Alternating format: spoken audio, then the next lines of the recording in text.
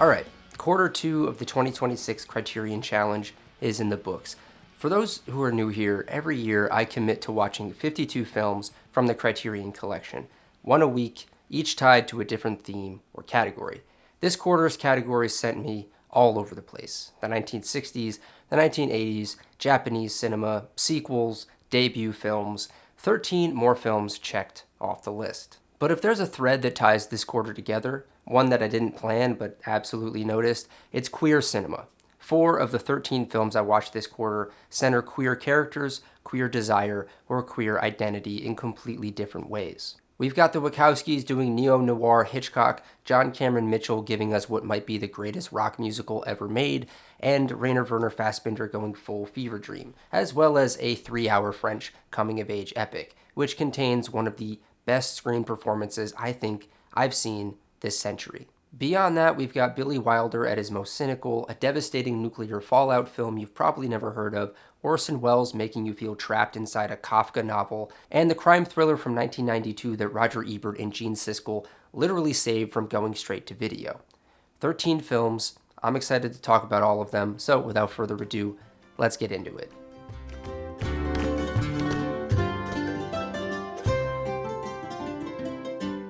The Wachowskis did something really awesome with this movie, and it's something that I wish someone had told me beforehand. They effectively made a 90s Hitchcock movie. This has Hitchcock written all over it. Granted, so much of cinema post-1950s does, but this one felt the most Hitchcockian from a story and visual perspective. The tension in the back half of this film is incredibly palpable and always unpredictable. It feels like a great screenwriting lesson for people because it's the embodiment of chase your character up a tree and see how they figure out how to get down unscathed. At the heart of this film, you have Jennifer Tilly and Gina Gershon, who, let's be honest, should have been a much bigger star. I mean, come on. As these two women who get together physically and then decide that they can leave their shitty lives behind by robbing Jennifer Tilly's mobster boyfriend, played maniacally by Joey Pants. The plan is solid, but naturally, they can't account for human emotion as Joey Pants does the unexpected and blood and bullets start flying. The movie is stylish and absolutely insane, considering it's a debut. It feels so visually rich for a film that is effectively bound, hence the title, to one location. And that's where the Hitchcockian magic comes in. There are so many moments of, we know something this character doesn't, that just makes your skin crawl. Like the police showing up at the door as Joey Pants is ridding his apartment of some dead bodies, stuffing them in the bathtub. And then, after fooling the cops, one of them says, "Hey, can I use your bathroom?" And your heart just sinks. The roller coaster of this film is truly study-worthy. There's a messiness to the decision-making that feels real and so iconographic. What I mean by that is the Wachowskis obviously have a flair for iconic imagery. I mean, look at The Matrix or Speed Racer. And they seem to have it from the very beginning. Joey Pants is flailing around trying to figure out how to cover up these murders from the police, his mob bosses, and also trying to recover the money that was stolen from him. But all the while, we're hit with these set pieces that are wonderfully controlled visually. Something like hiding the money in buckets of paint, and then tipping those buckets over, and then having someone get shot standing in the spilled paint so their blood mixes with the paint and we see their lifeless bodies surrounded by it. It was honestly just beautiful to see all of the puzzle pieces click into place by the end. Now, I do have some notes for this film, mainly that at the halfway mark, this really becomes the Joe Pantoliano show, and Jennifer Tilly, and especially Gina Gershon, kind of gets shafted to the back rung. Gina Gershon spends the majority of the second half of the film just in the apartment next door, sitting by the phone. Also, I do wish we had like 2 more scenes of Tilly and Gershon bonding or falling in love or whatever, because I wasn't completely sold on the idea of them being lovers by the end of the film. Partners in crime, sure, I could see the appeal of stealing $2 million from the mob, but I didn't buy that Gina Gershon was smitten by Jennifer Tilly. Maybe some double crossing in the end would have made things more interesting, but then we wouldn't get the somewhat romantic ending. And also, look, sue me if you want, but I wasn't really vibing with Jennifer Tilly's performance. And also, the score was a little irritating to me, as someone who never really cared for that twinkling piano score that you'd hear in 90s thrillers like Cronenberg's Crash or True Romance, for example. It's all over the place in these types of movies, and kind of hard to ignore once you see it. Joey Pants and his Chicago accent definitely steals the show. There's just no denying it. It's so fascinating to see the creators of The Matrix come out swinging with this film. I expected something scrappy, loose, and independent feeling, but this is a very assured work from some filmmakers who clearly have a visual eye. There are some transitions, some dolly moves, some framings that genuinely made me lean into my TV saying, damn, that was awesome. I'm so glad that I finally checked this out, and it also solidified for me that the Wachowskis are so much more than The Matrix. It makes me wish we got half a dozen more of these from them. I could understand how The Matrix would consume someone's creative life for a long time, and it's absolutely a cultural footprint that they should be proud of, but it would have been nice to see them return to this well at some point in their career. And hey, I guess it's not too late.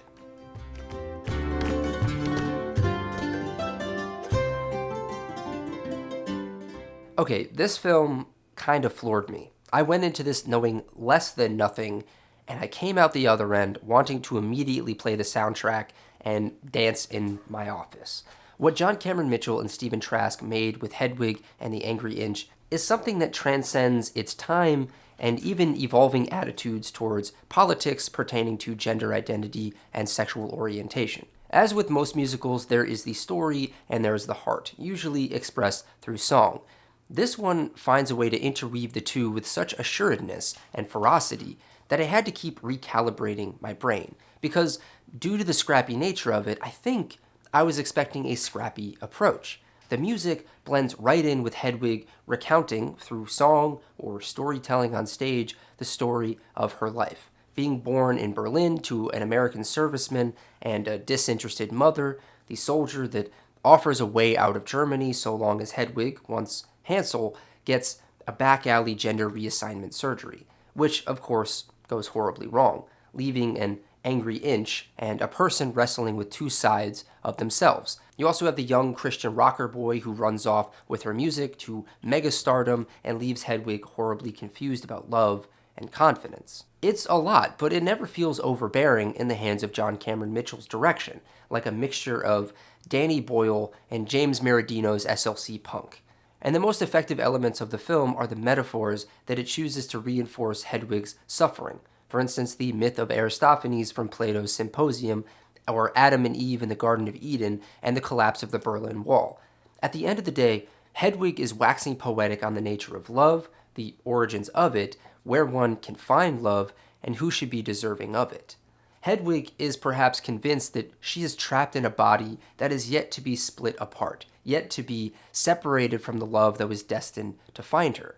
At least, that's my reading. The great thing about metaphors is that they rarely mean one thing. The story of how Hedwig came to be is almost as magical and special as the stage production and the eventual movie.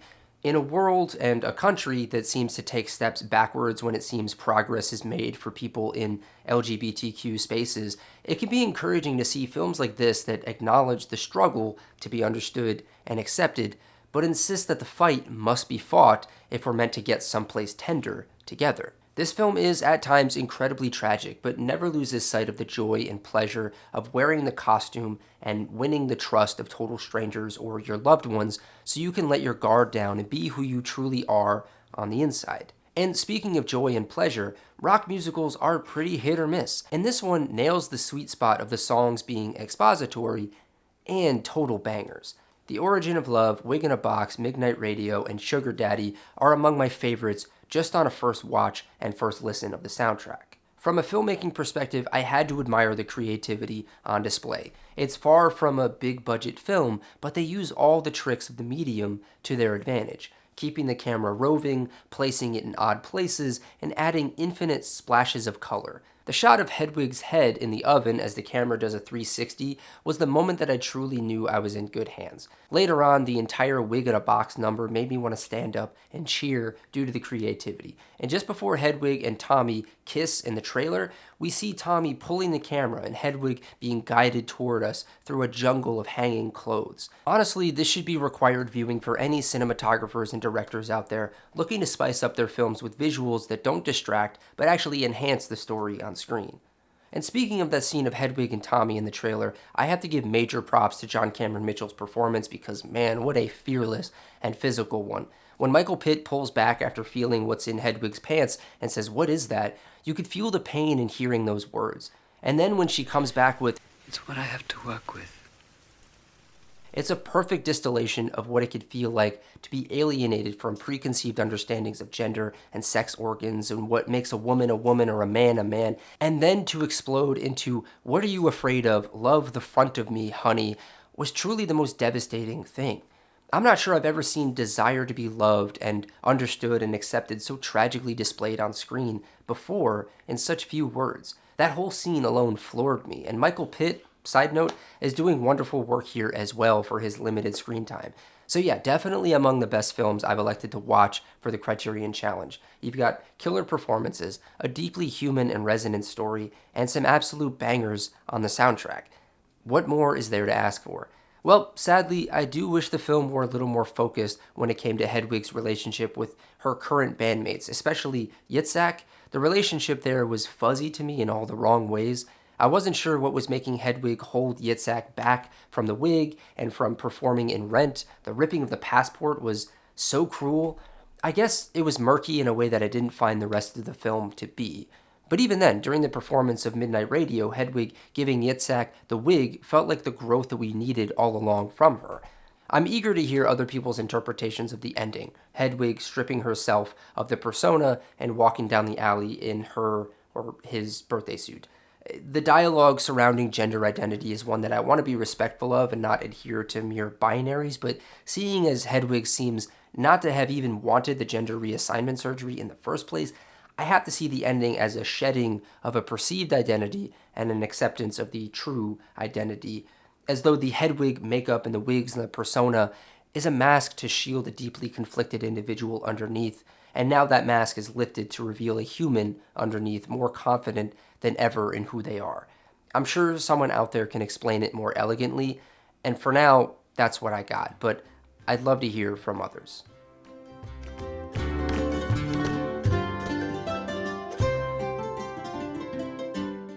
Not too long ago, I was listening to filmmaker Oliver Lachey talk about his film Seurat. He said that he felt that his film was one that was meant to be watched with the body and not with the mind. And I have to agree, that film is a sensory experience. Now, I felt similarly about Orson Welles' The Trial.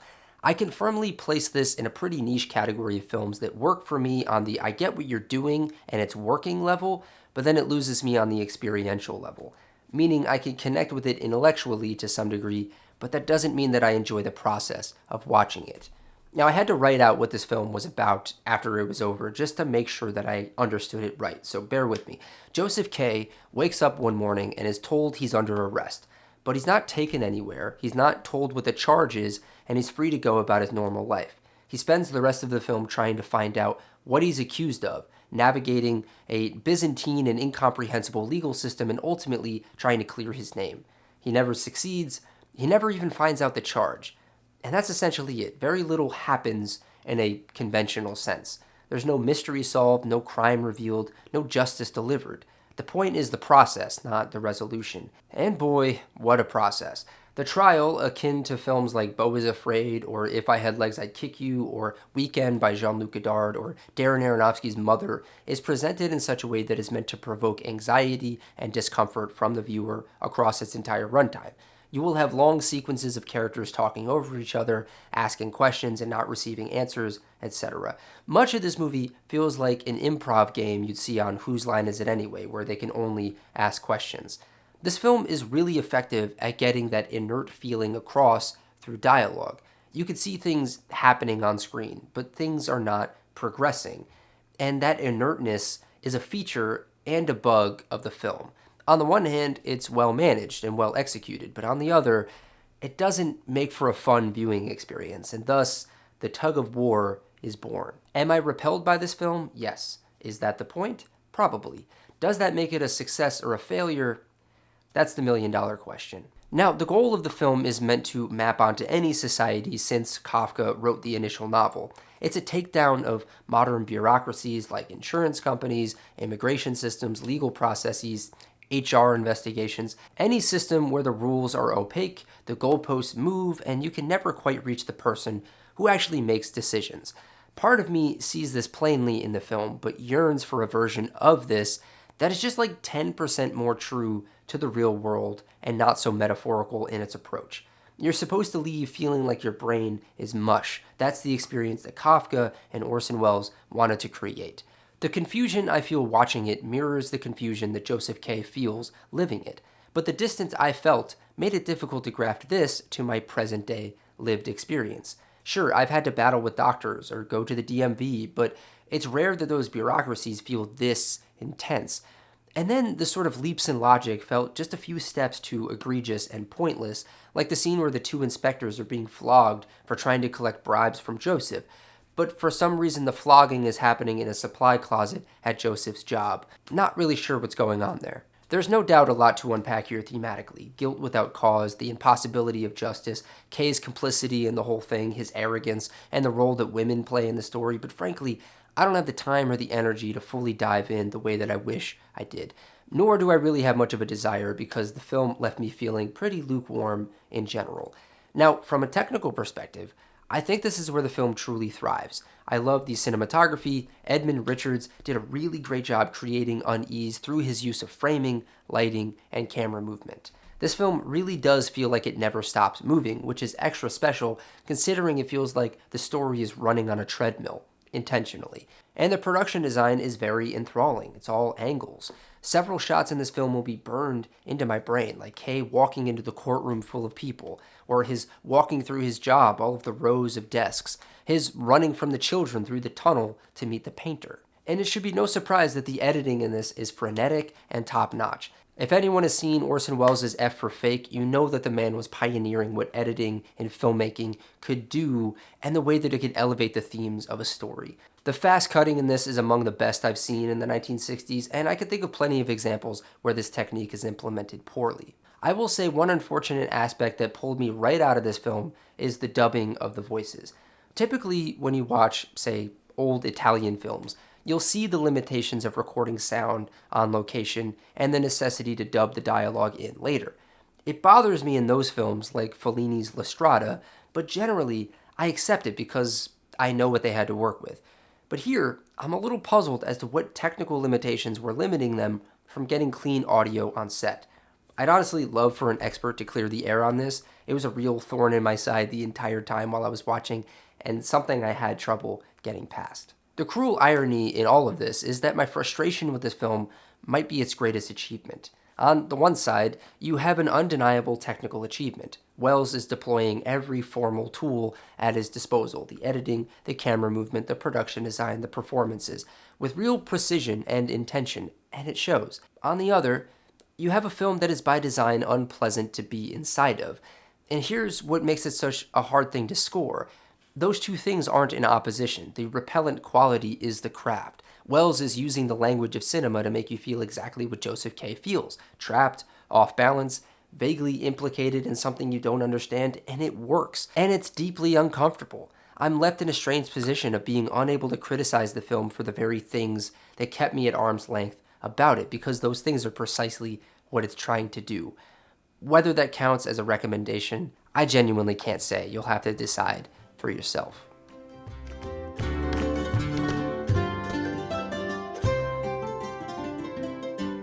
Something about this film sticks with you in ways that I'll hopefully be able to articulate here.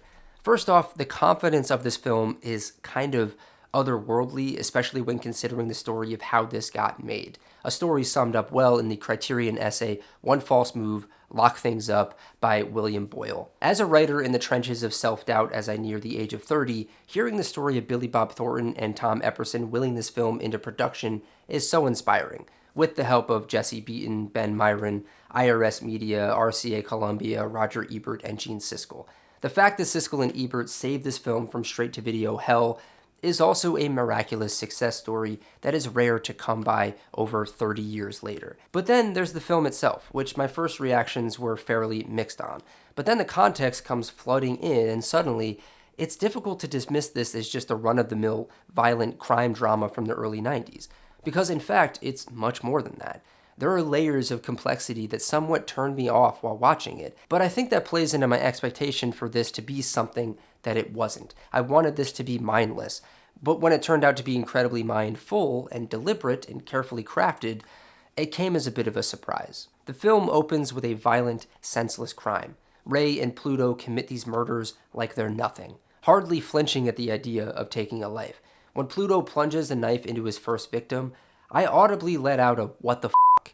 It's the kind of violence that doesn't come around very often and makes you recoil a bit, like, did the film really have to go that far?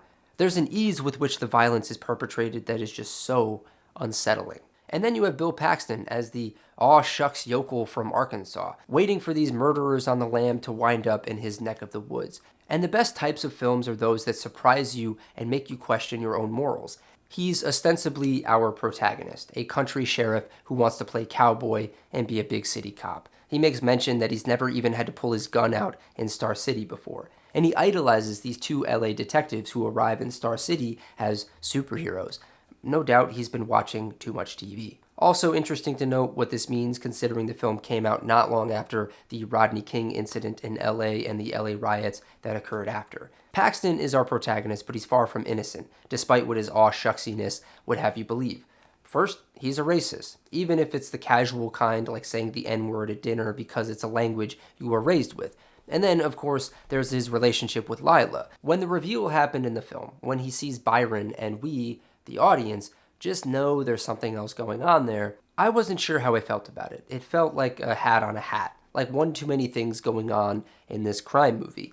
But the more I've sat with it, I deeply appreciate the film for doing something different.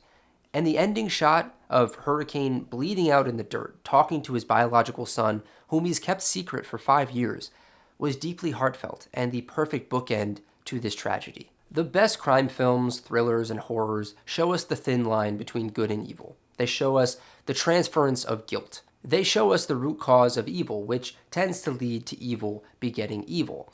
If Hurricane, for instance, never takes advantage of Lila at 17, impregnates her, and abandons that responsibility, maybe she never goes to Hollywood for an acting career. She never gets mixed up with Ray and Pluto. Those 6 people in the beginning never get murdered. Ray, Pluto, and Lila never go back to Star City. She never shoots that trooper in the head. Lila doesn't accidentally get shot in the head by Ray, and Hurricane doesn't bleed out in the dirt. The one false move is a warning to all of us so-called pure at heart who think we have no effect on the world around us. Hurricane speaking with Byron is the perfect send-off to someone who manifested their own demise. The fact that the film successfully is able to pull off that bait and switch with Hurricane as a character and have it be thematically resonant is kind of masterful. And even at the end, you're stuck asking yourself what you want to happen. Do you want Hurricane to survive so he can admit to what he did and provide for Byron, who has just lost his mother? Do you believe that he would even if he did survive? Do you think he deserves to die for his transgressions? A film that invites you to ask those questions with a simple fade to black is a film worth celebrating in my book. There's honestly a lot more to talk about with this film. The way it handles race is a topic that I feel like I can go on and on about. And I could also go on and on about Carl Franklin's incredibly thoughtful direction. Again, there's a Hitchcockian quality to many of the sequences here. You have deliberate camera movement, you have playful editing. This made me a Carl Franklin fan for life, and I can't wait to check out something like Devil in a Blue Dress pretty soon.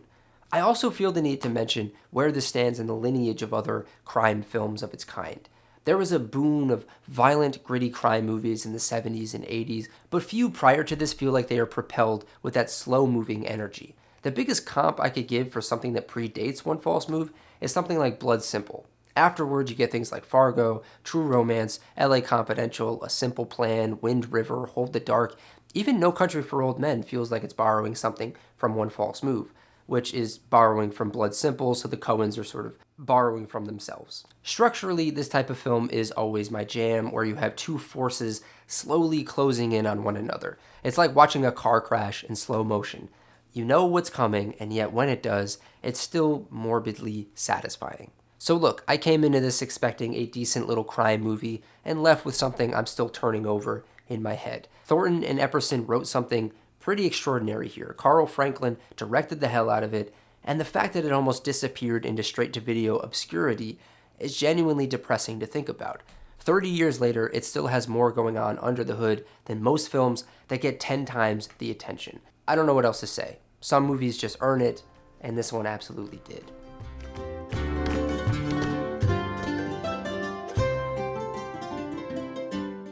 Sometimes I get caught between the content and the form of a film, what the film is about and how it chooses to convey that visually, orally, etc.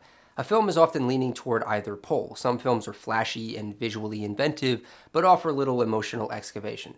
Some films are very earnest and thought-provoking, but told in a subdued, wide-shot, over-the-shoulder type of manner. But every so often, a film will find the sweet spot, a meeting point between the two. I find that these are the films we hold in high regard, the ones where we can't look away from the screen, and we may have become changed as a result of doing so.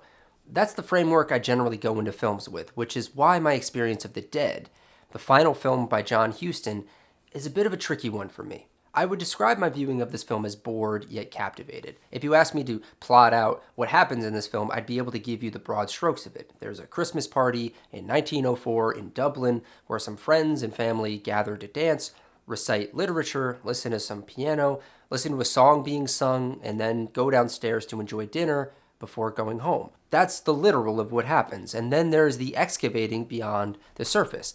The film is generally presented with this hoity-toity, prim and proper air that these seemingly wealthy party guests adhere to the conventions of the time. They are all polite, though occasionally a little too drunk, talking about art and culture with astuteness, avoiding politics, and generally speaking very openly and plainly about their lives and fears and sorrows. What you get by the end of the film is a mood more than a moral lesson. It's a bit puzzling to articulate in any meaningful way, but the feelings that I felt by the end were that this is a film capturing the feeling of one last hurrah or revelry before the inevitable conclusion. I realize I'm being pretty vague about all of this, and that's because this is a hard film to talk about concretely, and I haven't even gotten to the name James Joyce yet. So let me just start off with what I enjoyed, starting with the ending of this film.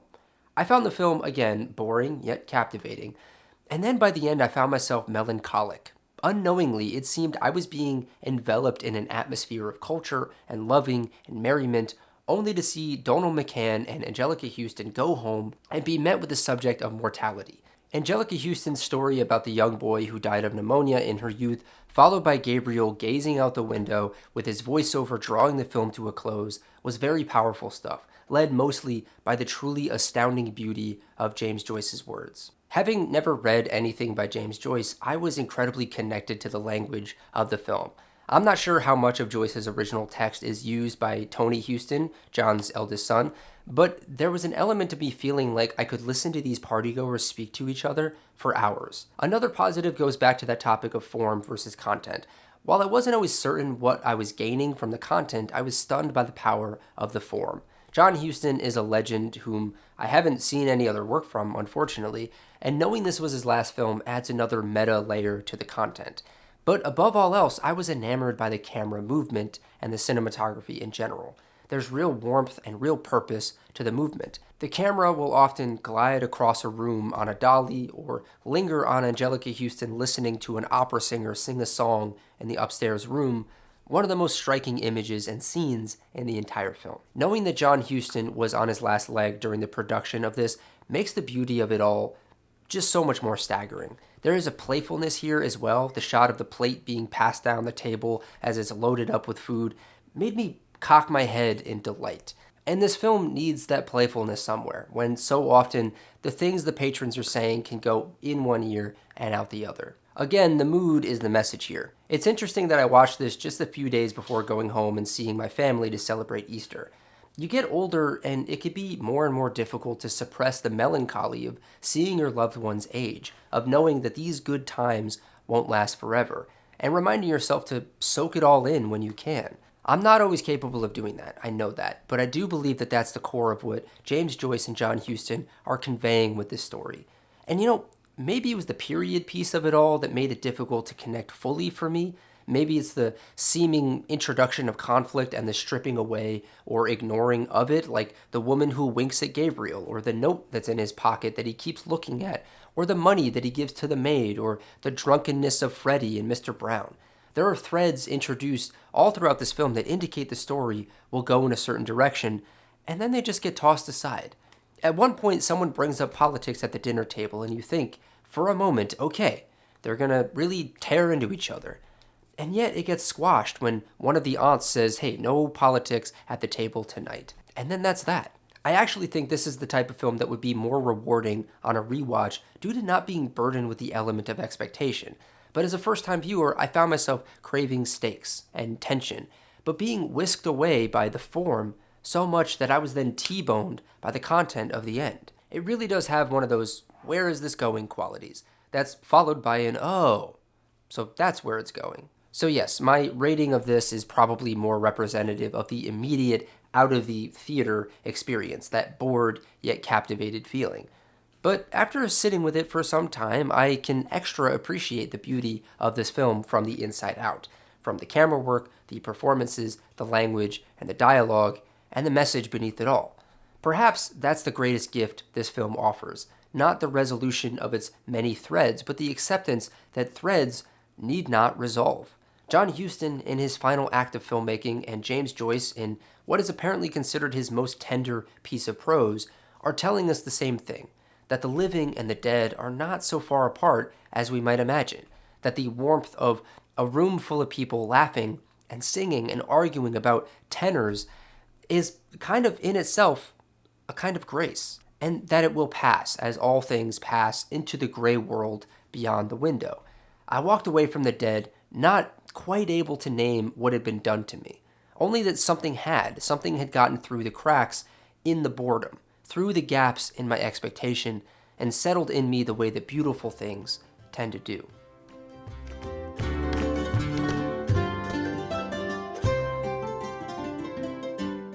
I'm going to try to avoid making this a rehash of my review for Lady Snowblood, the first film, which you could find on my Letterboxd. But a lot of my issues with that film carry over into this sequel. First, a little bit of background. These two films originated as a popular manga written by Katsuo Koike and illustrated by Katsuo Kamimura. Sorry if I'm mispronouncing anything throughout the rest of this one. In the first film, we're introduced to Yuki Kashima, a woman born in a prison as her mother was on her deathbed. Her mother, Seo, recounts to her cellmates how she, her husband, and their son were attacked by 4 criminals who claimed that their husband was a government spy. Seo's husband and the child are slaughtered. Seo is then raped by the men and taken away by one of them.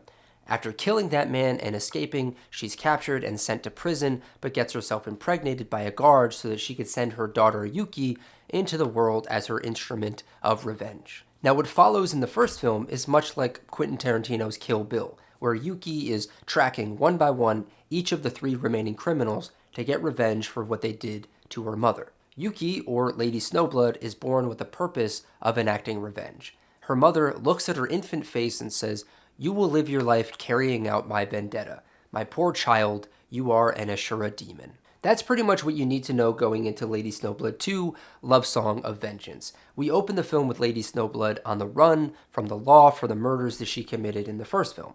The first film has a winding and backpedaling quality, as it does all of the heavy lifting of integrating Yuki's backstory into the present-day revenge story. The sequel is less burdened by that, and so it gets to play straight through with its simple narrative. Now, I say simple, but there is also a great deal of politics happening here involving a critique of Japanese imperialism in the wake of Japan's victory over Russia in the 1904-1905 war. Lady Snowblood is saved from execution by a form of secret police and effectively hired to infiltrate and assassinate an anarchist political dissident played by one of my heroes, Juzo Itami, and retrieve a document that risks upending their political regime. Somehow, that part was a little bit fuzzy to me, but sure enough, Yuki ends up siding with the peasant anarchist dissidents and joining their cause instead, to the dismay of the police and the federal secret police that freed her. Now, I actually think I appreciate that this film is a slower burning build-up to a crescendo rather than a series of set pieces like the first one, bent on setting up the next one. Of course, you don't get that without what the first film establishes, but I actually felt somewhat more connected to this story than the previous one. And to speak more generally, there are quite a few twists and turns that are largely pretty gnarly and dark and perfect for this type of genre fiction. Like the Juzo Itami character being infected with the plague by the secret police and sent into the slums as a pretext for cleansing it by burning it to the ground. There is a torture scene where the police pour boiling water on him to get information about Lady Snowblood's whereabouts, At one point, a heavy from the secret police gets chased by the residents of the slum and chained to a pole, and then he escapes at night by waiting for the guard to fall asleep so that he could chop off his own arm with an axe. So the film has some real grisly, mean-spirited elements to it, and I mean that complimentary, that I found to be really engaging. Now, that being said, this film does suffer from some of the things that irked me about the first film. Mainly, Yuki is such a stone-faced hero that sometimes it doesn't seem like she has much of a character beyond being that Ashura demon killing machine. In this film, it at least offers to give her more agency, seeing as she sides with the political left, seemingly for moral reasons. But I feel like you can count on one hand the number of lines of dialogue that she has in this film. She mostly listens to others and is there to react with expressions. And Meiko Kaji is good at this, but Lady Snowblood as a character just never feels like a fleshed out character in either film. And even the one thing we're supposed to know about her never really lands for me either, which is her volatile killing machine nature. These films really do, unfortunately, drop the ball when it comes to the fighting. Now, I mentioned it in my Letterboxd review of the first film, but 80 to 85% of these films look incredible, and then for 15%, where there's actual fighting to be done, there is just such a clunky, lazy, improvisational quality to them. Lady Snowblood will be surrounded on all sides by a dozen or so men, and she'll vaguely take them out one by one with a swipe of her sword, but it looks and feels like children playing pretend in a field during recess. It could be annoying sitting here in my critic chair in 2026 complaining that they didn't do better in 1974 with the fight choreography, but just as a moviegoer, these scenes did tend to take me out of the film a little bit. If the intent is for us to see her as this unstoppable force, there needs to be some delineation between what she does, like her technique, and the circling goons that surround her. But unfortunately, there isn't, and so she's to be interpreted as a badass just because the film tells us she is. Now, outside of the fighting scenes, this film often looks incredible and painterly, clearly being inspired by the manga. The opening sequence of Yuki on the beach as the opening credits are playing had me wanting to pause every few seconds to admire the cinematography. And occasionally, it dips into spaghetti western territory of tension and camera work. I just wish that level of care carried on throughout. The type that elevates to something beyond pretty GIFs on a Tumblr blog or a Pinterest board or posted to the subreddit Cine Shots. I would say that the highs of this film are different than the highs of the previous one, which actually makes for an interesting 1-2 punch. I think I admire the narrative of this one a bit more, the connection between Juzo Itami's character and his brother, a rebellious doctor who's mad at Juzo Itami for stealing his wife, a reveal that is kind of hilariously inserted. It all added to the tragedy when Itami does meet his end by the plague. I'll also give the film this. The visual style does appear to be of its own kind. There's much to admire about a filmmaker developing a fresh visual language and trying something new, even if it doesn't always land for everyone. I felt similarly to Seijun Suzuki's Branded to Kill. It's inventive, but more often than not, it just wasn't for me. And I guess I should talk about the word iconic for a moment. While both of these films don't always hold up to scrutiny, there is an undeniable iconic element holding them together, possibly more so in Japan than here in the United States. Meiko Kaji's performance in these supposedly reinforced her icon status, and much of her performing is subtle and reactionary. It kind of makes me think of Italian screen legend Giulietta Messina, whom I saw most recently in La Strada. Kaji has a similar steely, that face can do anything quality about it. It's memorable at first glance. These films are imperfect and sometimes frustrating and never quite as good as their most stunning frames make you think they could be. But there's something alive in them that's hard to shake. For all of the critic overthinking that's done here in this review, I have to say that if I found out there were secretly 5 other Lady Snowblood sequels that had been unearthed somehow, I'd sit down and watch them in a heartbeat. They are compelling in their own way, and sometimes that's enough.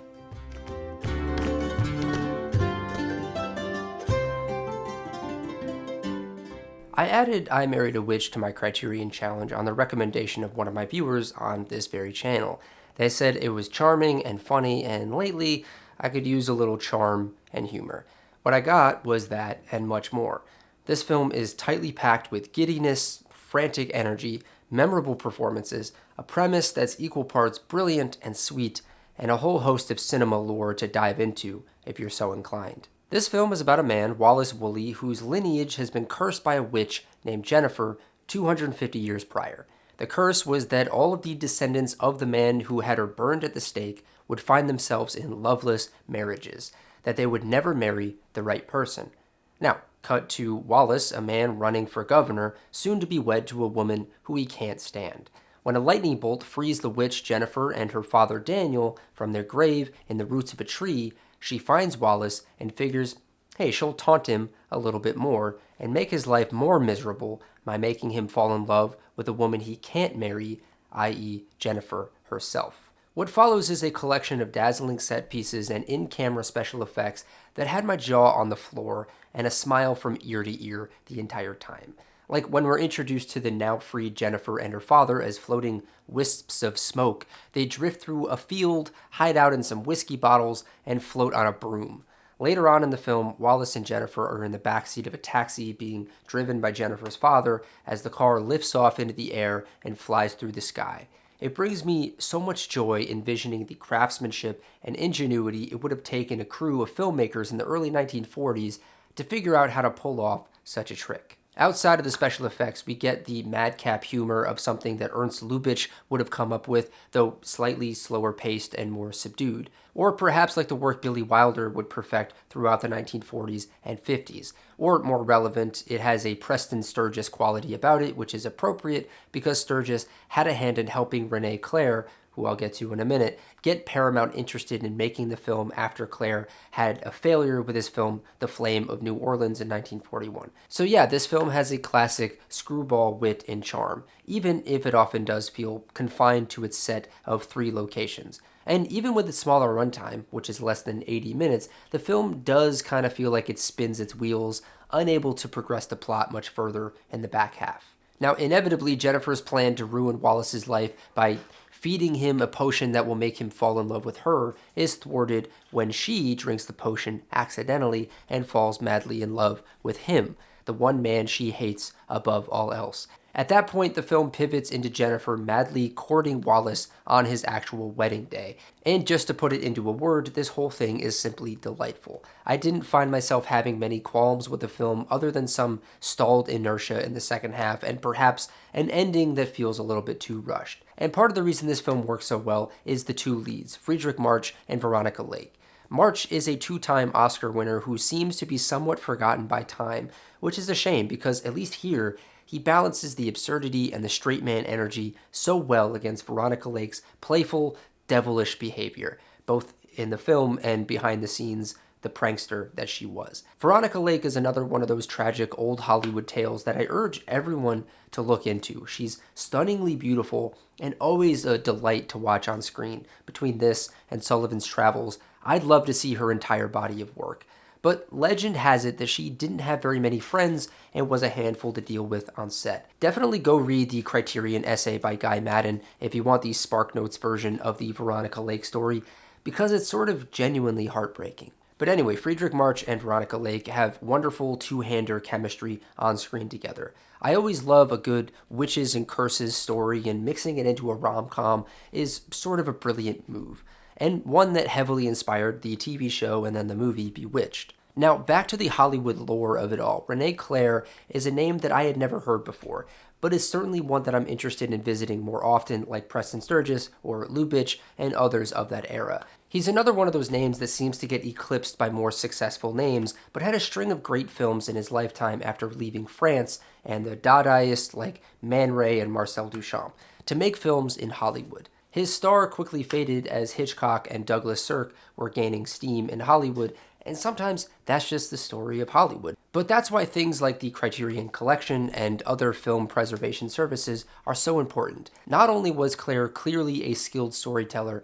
but he was an early innovator with camera and audio techniques. The trickery on display in I Married a Witch, again, is delightful. And looking back loosely at some of his experiments in France, it's clear that he was trying things that not many other artists at the time were trying.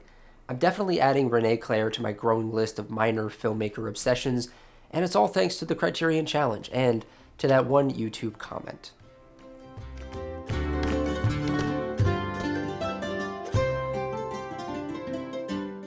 I'm going to keep this somewhat brief because this one didn't totally work for me. And I suppose that should have been expected given that I wasn't super thrilled by The Merchant of Four Seasons, which I watched last year. For some reason, I find myself randomly watching the final films of certain filmmakers before diving into their early work. Like first, I watched Robert Bresson's L'Argent earlier this year, and now I've watched Querelle, the final film from Rainer Werner Fassbinder. Everything about this film caught my eye, from the cover art, the trailer, the style, the cinematography, but having now sat with it, I can't say it did much else than come across as some neat eye candy. To put it a little bit more bluntly, this movie bored the crap out of me. I'll try to stick to the things that I did enjoy. There is so much visual inventiveness and playful camera movement in here that really is special, and I imagine had to be influential to so many filmmakers since its release. Fassbinder was notably influenced in tone by the likes of Bertolt Brecht, Jean-Luc Godard, and Douglas Sirk, people I'm ever of two minds about. But I haven't heard much about who influenced him or this film stylistically, and therefore one has to assume that it was a man forging his own path, crafting a fever dream all his own. I was so enamored with the artificiality of the set. Brest is depicted as something out of an old Hollywood musical, constructed onto a soundstage with a blinding yellow sun, baking everything in a honey gold shower of passionate, libidinal vibrance. Point being, I could have looked at this movie all day. Now, I want to insert a quote from the Criterion essay on this film, Querelle, Erogenous Zones, by Nathan Lee, as it will help me keep steady in this already unsteady review. Lee writes, radically non-normative in both form and content, it is a postmodern melodrama grounded by a sweaty, seething, meaty eroticism. One look at the cover art and that sentence, and yeah, that's essentially a pretty solid summation of what's inside this film. I can't gloss over the eroticism in this because in many ways that's the marquee aspect of Querelle, the movie, and the character. This film has characters f***ing and sucking and daydreaming of f***ing and sucking while talking into a tape recorder. As far as plot, that's where I get a little bit lost and where I really was searching for something, anything to grasp onto. The film, which is based on a novel, Querelle of Brest by Jean Genet, is lyrical and floating and not really super concerned with character motivations or telling much of an A to B narrative. We follow George Querelle, played, I thought, wonderfully by Brad Davis in this, a handsome, muscular sailor whose brother Robert is having an affair with Lycienne, the owner of a brothel called La Feria. He then arranges an opium deal with her husband Nono. Querelle goes through with the deal and then kills one of his fellow sailors for some reason, is then sodomized by Nono, gives a handjob to a cop, and enters into an alliance with a day laborer who has murdered his coworker. Yeah, I guess that's what happens. To backtrack a bit, I invoked the names Brecht and Bresson, and really, knowing what I know about Fassbinder and his influences, I should have seen this coming. But the artificiality of the performances had me feeling like I was walking into a brick wall. The artificiality of the sets and the extravagant, over-the-top nature of the world, I could buy that.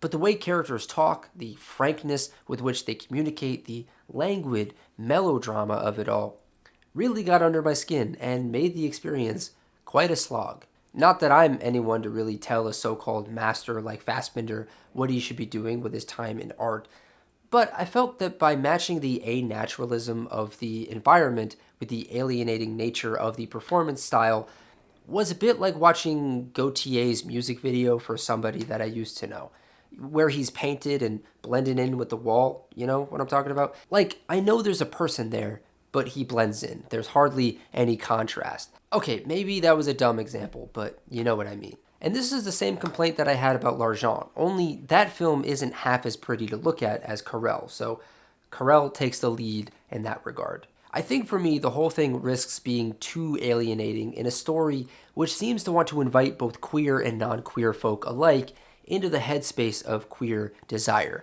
I felt myself wanting to be a guest in the minds of these characters and being denied entry at every turn because they make decisions that seem so strange and speak in ways that only expand the distance between me and them. Why Querelle kills his sailor buddy, I have no idea. Why Querelle dresses Gil up as his brother, I have no idea. I found this film offering far more questions than it ever has any intention of actually answering. And frankly, that's not my vibe. I do recommend people go read the Nathan Lee Criterion essay because his ability to put to words What much of this film feels like is far superior than what I could do here. As he says, while the plot may be thin, the narrative could be diagrammed as an elaborate roundelay of characters spying, lurking, stalking, and sizing one another up, an arabesque of cruising, the gay art of furtive pursuit and seduction. To end on another positive note, there isn't any denying what this film did for queer cinema, even if it took some time for it to catch on. The new queer cinema of the 90s certainly owes something to Querelle in being a bold, confrontational, throbbing declaration of art.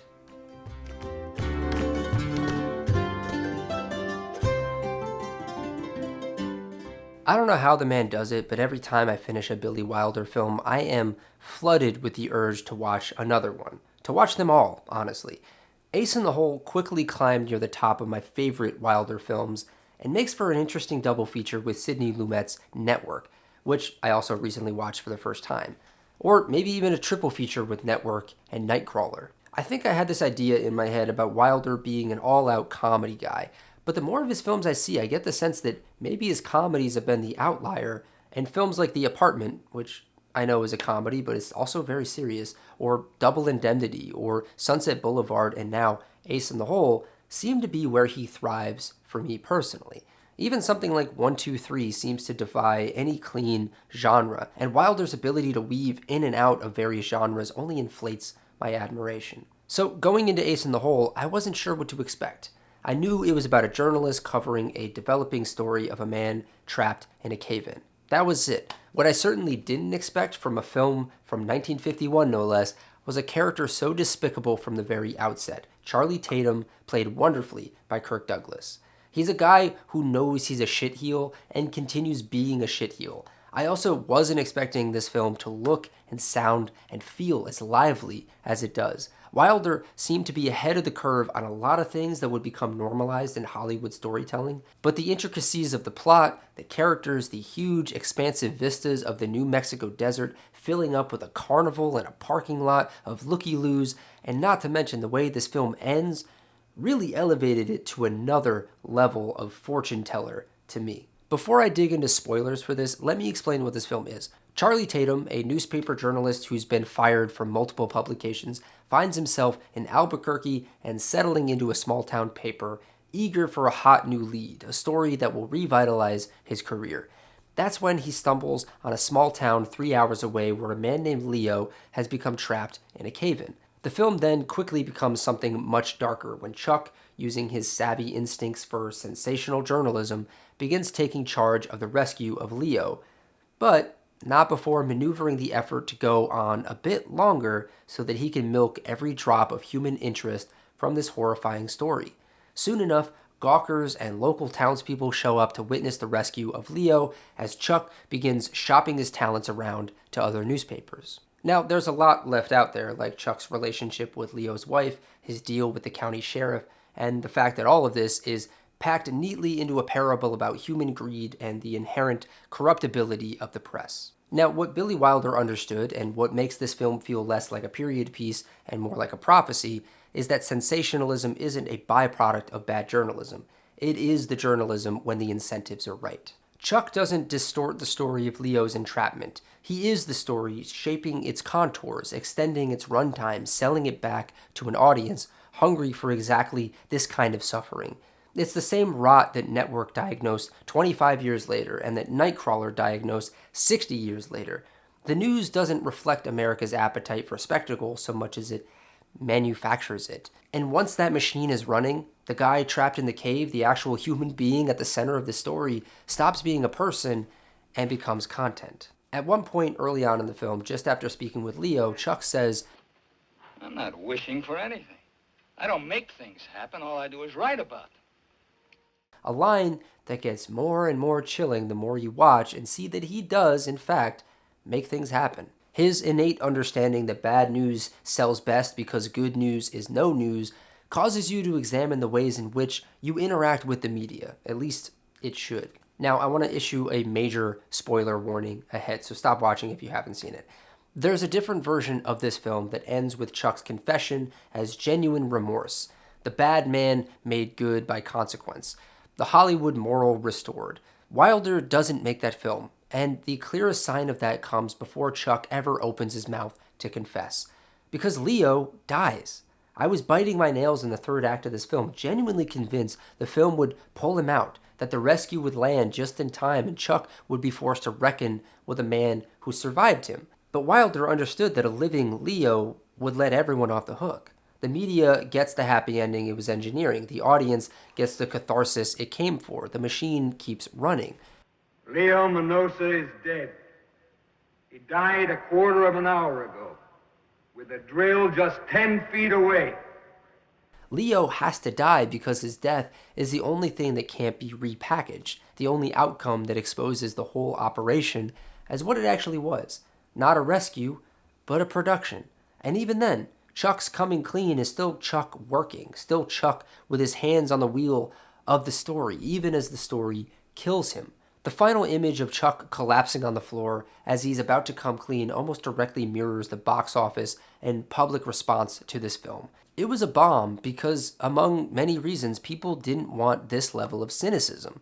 People wanted to see Leo pulled from the cave and for Chuck to change at the end of the film. And I think you have to ask where that refusal comes from, that insistence on not letting the corrupt institution redeem itself through a single honest act or a lucky survival. Billy Wilder fled Austria in 1934. He watched the machinery of propaganda operate at full capacity. He understood, at a level most Hollywood directors of his generation simply didn't, that institutions don't confess. Chuck Tatum isn't a bad apple.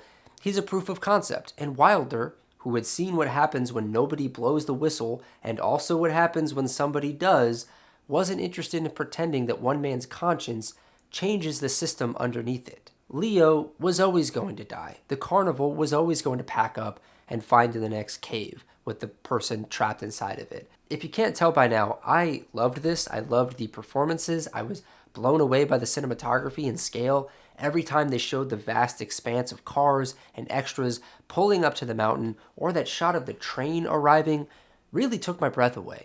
Billy Wilder apparently never saw himself as a visual stylist, but man, this film is gorgeous to look at. I can go on and on and on, but I'll cut it off there. One of these days, I will lock myself in a room and watch all of Billy Wilder's films front to back and report my findings. But for now, I'm glad that Ace in the Hole had a whole reappraisal in the 2000s, and that people are recognizing it for what it is, a prescient and prophetic story about some of humanity's capacity for ugliness.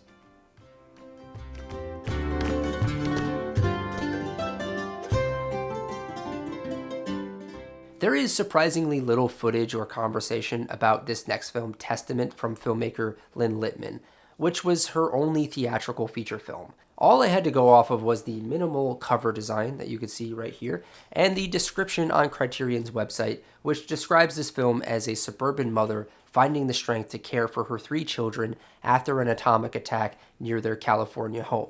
The family contend with radiation sickness and the realization that their close-knit community will never be the same. And again, yeah, that's all I really had to go off of. In my mind, this was going to have a movie of the week or TV movie quality about it that might create a bit of a distance. But in fact, this is a very well-crafted film that is harrowing in its depiction of nuclear fallout in a California suburb. And when I say harrowing, I don't mean it in the sense that we see people's flesh melting off their bodies or depictions of violent looting or home invasions. Instead, this film manages to maintain a sleepy, almost flaccid approach to depicting the horrors that these characters are going through. There isn't much that's flashy about this film, which makes it all the more impressive, the impression that it made on me.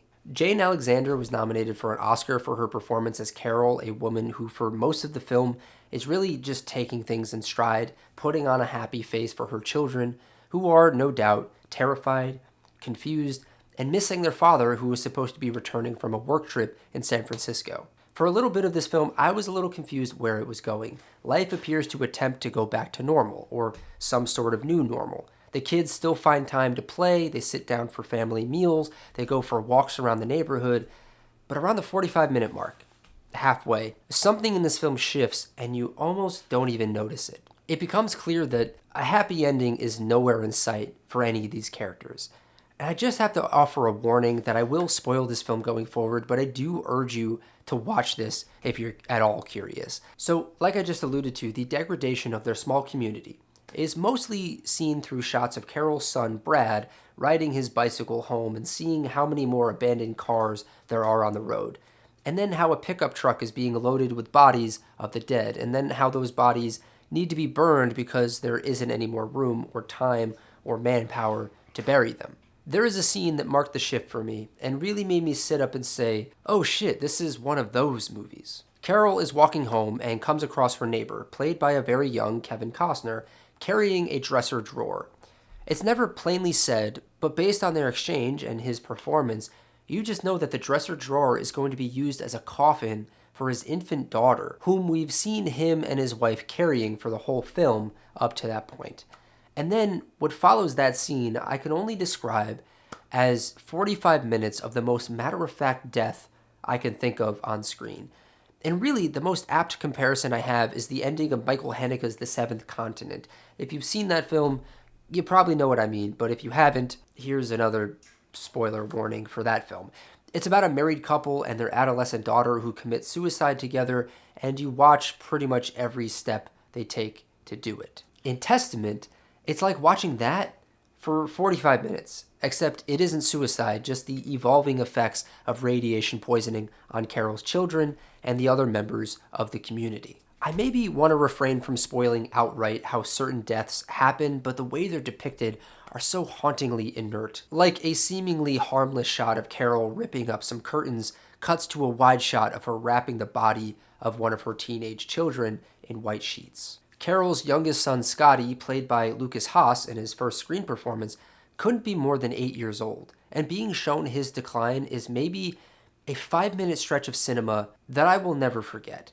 And getting back to expectations, I really just don't think I was prepared for how raw and bleak and grim this was going to be. I kept wanting to wake up from all of it, saying, but they're gonna pull through, right? And then, before long, the death becomes as casual as Brad riding up to a gas station, seeing a garbage bag wrapped body being loaded onto the truck and saying, oh, is that Mike? While one of the workers nonchalantly nods his head. I'm sorry for harping on the death element. There's much more to talk about, both formally in the film and contextually surrounding it, but I think my unpreparedness was precisely the point, and what ultimately made the film for me. And I think that unpreparedness is really the key to what Testament is actually doing, because we're conditioned by nuclear anxiety cinema to expect a certain kind of spectacle.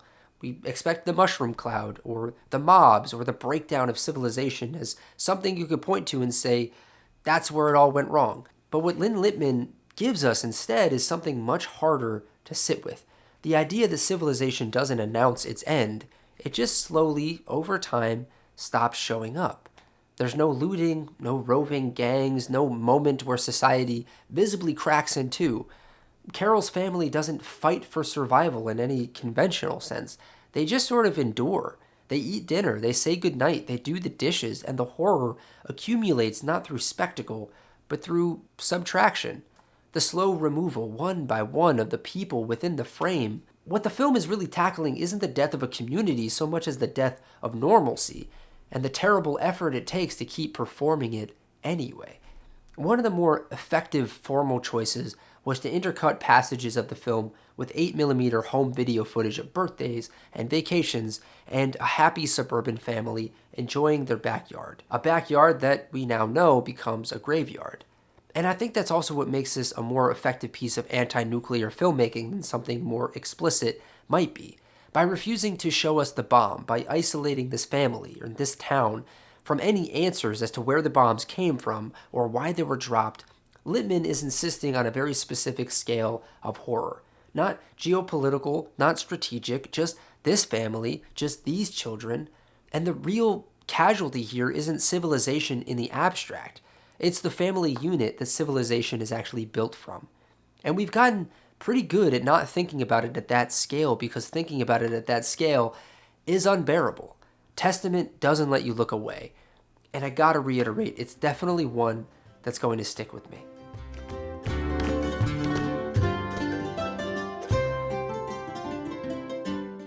Let me get the elephant in the room out of the way first and foremost. I really don't want to spend much time talking about the sexually explicit nature of Blue is the Warmest Color. There is a wealth of discourse on the internet if you really want to read up on the controversy around this film's depiction of lesbian sex and the director's on-set practices. I only bring it up now because if you have even a cursory knowledge of this film, you probably know it as the one with fairly graphic and long sex scenes between its two female leads. But I'm here to inform you that this film is so much more than that, and does deserve to be talked about as a modern French classic, and a deeply human look at themes of desire, lust, and love, as well as coming of age. I was perhaps a little intimidated by the runtime of this film, clocking in at 3 hours, but the filmmaker found a way to make lengthy scenes of two people talking in a bar, for instance, burst with a kind of crackling realism that is just tough to look away from. The film, if you don't know, is about a young girl named Adele in her last year of high school who has begun to question her sexuality.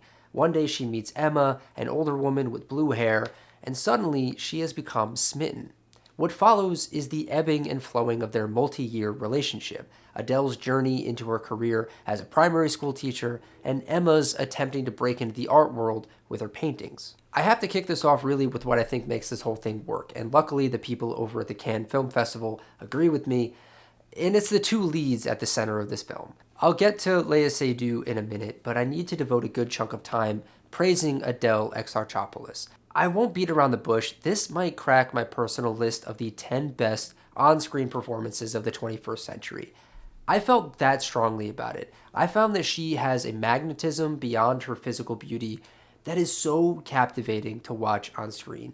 Throughout this film, she is asked to do so much, from playing a sexually budding teenager to an out-of-the-closet young woman navigating her first romance, to the sensuality of a woman testing her boundaries, to enduring the loss of love and the loneliness of being detached from the person whose soul you feel bonded to.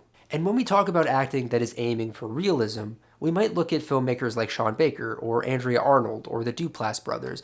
Here, I think we have one of the great examples where I could not see where the actress ended and the character began. Her grief at losing Emma near the end of the film, when they meet at the restaurant, is such a raw embodiment of longing that I nearly started weeping.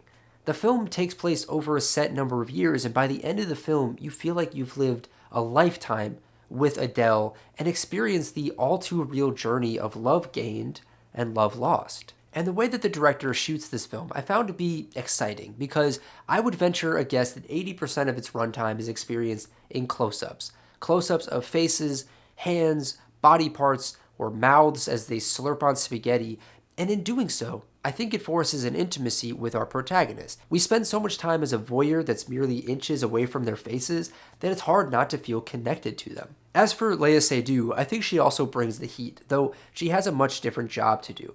The film is told through the eyes of Adele, and so we mostly view Emma through that lens. Through the lens of desire, the lens of love, the lens of curiosity, and the lens of jealousy.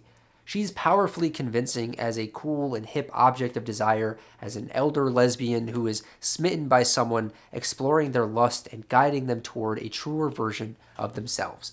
I read somewhere that Léa Seydoux viewed Emma as a James Dean type, and you get that feeling, seeing her as something mysterious, sort of the opposite of the manic pixie dream girl, sort of like a stoic, steely dream girl. It isn't really my place to comment on this film's success as a piece of queer cinema. Apparently, you'll find any number of opinions on whether this film accurately depicts a lesbian relationship, let alone the sex scenes. The concept of what might be considered real when it comes to sex and relationships in cinema is just a slippery slope into entering a culture war with no clean mathematical answer at the end of it. What I can say as a heterosexual man is that I could easily feel the connection and passion between the two leads the whole way through. I was championing their relationship to the point that when Adele starts getting flirty with her coworker, I wanted to jump into the screen, push her out the door, back to Emma, and say, "Look what you have. Don't screw it up." But it wouldn't be much of a movie if Adele didn't experience the messiness of life along the way, and this film sure can feel messy at times, but usually in ways that feel pretty true to life. The scenes of Adele in school in the beginning feel a little strange to me in a way that the back half of the film simply doesn't. Something about the way her classmates interrogate her every morning, like they're running ops on her, felt like a deviation from the rest of the realism. As a story about coming of age or discovering one's own sexuality, again, real is a questionable term, but it felt like the realist depiction of someone slowly feeling themselves washing ashore toward a version of themselves that's bursting to come out. I guess, literally. Now, I know I said I wouldn't really touch on it, but I'll be brief. The sex scenes are jarringly long and explicit, and I generally don't have a problem with that. I think the decision to film them in such a voyeuristic, matter-of-fact approach rather than implementing a stylistic, formal one was interesting because for the first hour, it feels like a whole lot of foreplay, like Adele's sex drive being inflated to the point that the first sex scene between her and Emma should feel like a release of that tension. I maybe don't want to take up too much time justifying the decisions made, but again, the intimacy is pretty palpable, both for the performers on screen and our relationship to them. I'm not totally sure what making those scenes shorter or more stylized would do to the film in terms of making it better or worse, but by the end of the film, I found myself shrugging and asking, that's what everyone was up in arms about? Until I later read about the manner in which those scenes were filmed and how demanding the director was and how uncomfortable the actresses might have been. So it gets ugly when you dig in and actually think about it. It's one of those movie controversies that's a bit tricky to wrestle with and talk about cleanly. Anyway, I found this to be a wonderful portrait of love that doesn't rely too heavily on big emotions and instead revels in the minutiae of romance and desire and the confusion around all of it, the alienating nature of love and the intimacy of connection.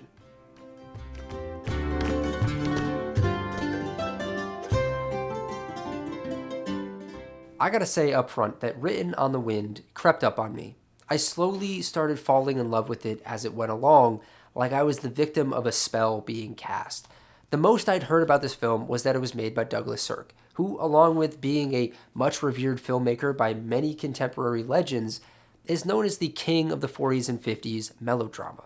Let's talk about that word for a second. Melodrama is defined as a dramatic work, a story, or film characterized by exaggerated emotions, sensational plots, and clearly defined moral conflicts. The biggest comparison in modern times would most likely be the soap opera, which takes a lot of cues from classic Hollywood melodramas, including those made by Douglas Sirk. And right off the bat, those exaggerated emotions are on display here when Rock Hudson meets Lauren Bacall and is smitten by her legs peeking out from her skirt. Not long after, Hudson introduces her to his best friend, played by Robert Stack, who also instantly falls in love with her, and within 48 hours asks her to marry him against the wishes of Rock Hudson. Later, we meet Dorothy Malone, Robert Stack's brother, who is madly in love with Rock Hudson. Someone once described this film, quite appropriately I might add, as Dorothy Malone loves Rock Hudson, who loves Lauren Bacall, who loves Robert Stack, who wants to be dead. Within a matter of 30 minutes, we have these fleshed out familial and platonic relationships. Robert Stack and Dorothy Malone are the children of an oil dynasty who took the poor Rock Hudson under their wing when he was just a child. But even with his massive wealth, Robert Stack always felt he was playing second fiddle to Rock Hudson, while Rock Hudson feels the same way about him, evidenced by how beat up he feels about Robert Stack essentially stealing Lauren Bacall from him. Dorothy Malone tries to court Rock Hudson at every turn, but it never works, and so she turns to hooking up with random men as a means of lashing out and getting attention from Hudson and her brother. And then, just when it seems that things aren't getting dramatic enough, Robert Stack gets the news from his doctor that he may in fact be sterile. This takes the recently sober alcoholic and pushes him back into the bottle as he spirals from the realization that he won't be able to produce an heir to the oil dynasty after all. This is really where the melodrama of it all comes into play. Robert Stack turns to drowning his impotence with booze in a way that feels a little over the top in reality, but right at home within the artificiality of the world that Sirk is crafting here. From the color coordination to the lighting that makes no logical sense, Sirk is careful to remind us at every turn that this is artificiality as a means of finding some texture of human and, importantly, American reality. Again, it took some getting used to, but eventually I started being lulled into the rhythm of this film, picking up the breadcrumbs that Sirk was dropping for me to get a bigger picture at the end of it. The film is bookended with the event that leads to someone's death, It isn't until we get to the end that we find out who and how this person dies. But in between, we are subjected to the rawest forms of human emotion: jealousy, love, betrayal, shame, and guilt, in all their melodramatic grandeur. Soon after falling off the wagon, Robert Stack's character drunkenly starts getting the idea in his head that his wife is sleeping with his best friend. It doesn't help that Dorothy Malone, tired of getting nowhere with her courtship of Rock Hudson, acts like an antagonist in a Shakespearean or Greek tragedy by whispering false rumors in her brother's ear about Hudson and Bacall. It all leads to an explosive confrontation between Robert Stack and Rock Hudson, in which Stack delivers a performance that got him an Oscar nomination and had my eyes glued to the screen. Now, Dorothy Malone won an Academy Award for her role as Mary Lee, just a despicable and conniving character who has a devilishly sociopathic smile on her face the whole time. Now, something of note with this film is how, at the time, it was viewed as a fairly daring picture with more adult themes than were typically seen in Hays Code era cinema. Apparently, some in the press called it the frankest motion picture ever made. Now, as cinema was fighting against TV sets in every American household, they needed to up the ante with CinemaScope colors, and of course, with something TV could never do, add a little salaciousness and sensuality. This was also the time that Cahiers du Cinema started openly discussing the auteur theory, and naturally Douglas Sirk was one of many filmmakers that they had their eyes on and praised for his command of the cinematic language alongside someone like Alfred Hitchcock. This film, somehow and against all odds, succeeds where a lot of films of its ilk tend to fail with me personally. Usually, you get to the scene of the man proposing to the woman that he just met 24 hours earlier, and it makes you roll your eyes, and then your eyes sort of never stop rolling for the rest of the runtime. At least, that's what happens to me. But somehow, Douglas Sirk was able to slow down my eye rolling and draw me closer and closer to these characters, toward the inevitability of the tragedy. Maybe the smartest move was the promise of a death at the end of the film. You spend the whole film wondering how we're going to get there and putting the pieces together before the film reveals the final picture. And since you end up being a bit ahead of the film, it becomes an exercise of watching an exciting car crash happen in front of you. And the tragedy isn't just the death. The final sequence of the film depicts 4 people whose lives are thrown into shambles effectively. There may be smiles on some of their faces, but the events that led to those smiles are going to be hard to reckon with. This was a bit of a surprise for me, as the word melodrama is one that I tend to avoid like the plague. But something about the fantasy that Douglas Sirk crafts here just hit the spot. He quickly found a slot in my ever-growing list of mid-century filmmakers that I have to dive headfirst into. So, which will be next? Magnificent Obsession, All That Heaven Allows, Imitation of Life? I'm not sure, but I'm excited all the same.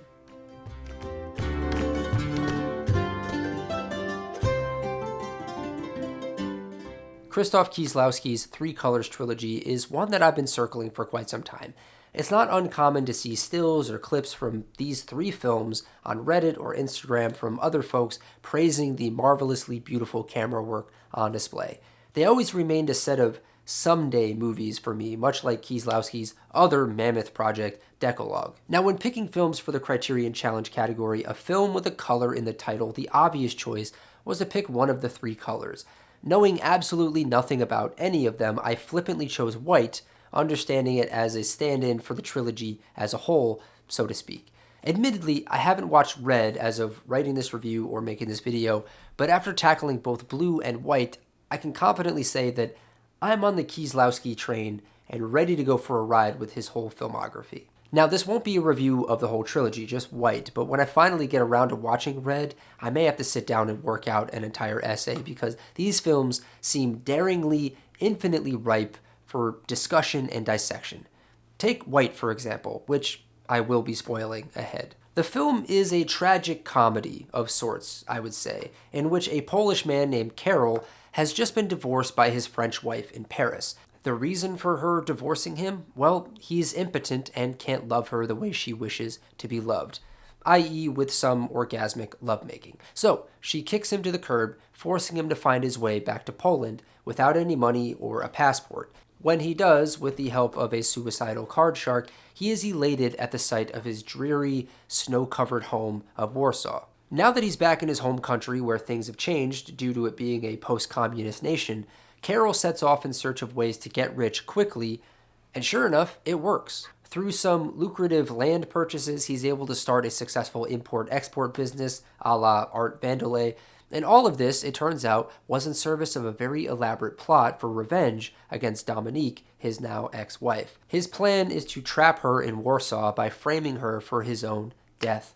Only he's not dying. He just wants to see the look on her face at his funeral. It's really not as sinister or manipulative as that. There's actually a somewhat romantic air to the whole plot. He loves her so much and knows the only way to get her to Poland is by enticing her with the inheritance money in his will. Now, in a lot of the literature you read about this film, plenty of folks go on and on and on about this not being a political film.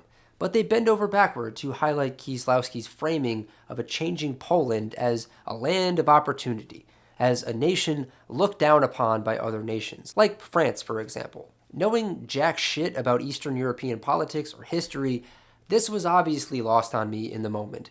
But in hindsight, it actually makes the film feel more lively than it appears. The thing I appreciate about Kieslowski after only 2 films is that the art house European flair is there, but with plenty of vim and vigor to match. His films have the meticulousness and languidity of something you might associate with, I don't know, Tarkovsky, for instance. Images burrowed into your brain, but with enough narrative momentum and thrust of editing to never feel like I'm minutes away from falling asleep. Sure, I often find myself wondering what this all is amounting to, more so in the case of Blue than in White, seeing as Blue is more of a meditation on grief. But even in this film, as Carol makes it back to Poland and returns to his hairdresser shop and starts making money on the side, becoming a guard for some shady money guy and buying up plots of land, I was feeling the slight retraction from the screen as my brain was working overtime to figure out where it was all going. But then, when the plan is announced, things really clicked for me. The relationship between Carol and Dominique is fascinating and devastating in a way that, as a man, I hope never to experience. The emasculation displayed in this film is pretty heartbreaking. At one point, post-divorce, Carol sees Dominique and another figure in the window of their apartment. So he calls the apartment, and Dominique answers mid-coitus and says, "Good timing, listen to this," as she then proceeds to moan. It's a crushing scene that nearly made me want to cover my eyes in embarrassment. It was a moment that I felt like I wasn't supposed to see. Like if you've ever seen someone crying in public, you wish not to be witness to their lowest moment. And so, because of that profound, ugly behavior on Dominique's part, I found myself really enjoying her downfall and Carol's entrapment of her in Poland. Early on, before Carol leaves France, Dominique says to him she'll never go to Warsaw. And then, lo and behold, she ends the film locked up in a Polish prison. As others have mentioned, it feels like a character moment as much as a political message of Poland balancing the scales of their feud with the French people, or something like that. That's where the real historical eggheads have to come in and teach me a thing or two about social politics among European nations. So I found myself enjoying White a little bit more than Blue. I do hear that Red tends to be the go-to favorite. It is, I would say, not as visually stunning as Blue, but even Kieslowski himself admitted that making White look good on film was a tricky task. And whole essays have been written on the significance of the colors, both in the films individually and what they each represent in terms of some thesis statement, the liberty, equality, and fraternity of it all. I won't even bother until I've seen Red. Even then, maybe I won't bother at all, but just because this film isn't as beautiful as Blue, that doesn't mean it isn't beautiful in its own right. And I have been consistently asking myself, how the hell does this look so good? There's real tactile craft to the lighting, the lenses being used, the dolly moves, the crane shots, the framing that feels so effortless and yet meticulous at the same time. The fact that Kieslowski was so prolific and so meticulous is miraculous and something truly to aspire to as a budding filmmaker in my own right. So, 3 colors, White is a winner for me. I have a new name to add to my filmmaker obsessions list, and I can't wait to complete the trilogy. Thank you all so much for watching this video. I hope that you are doing your own Criterion challenge, and if you are, let me know what films you are watching down in the comments below. And when you're done with that, go ahead and check out my letterbox where you can see what I'm watching when I'm watching it. And then when you're done with that, go check out my podcast, which is on a bit of a hiatus, admittedly, but there's some good episodes in there for you to check out. And that's going to do it for me on this one. I know it was a long one. I'll see you all next time.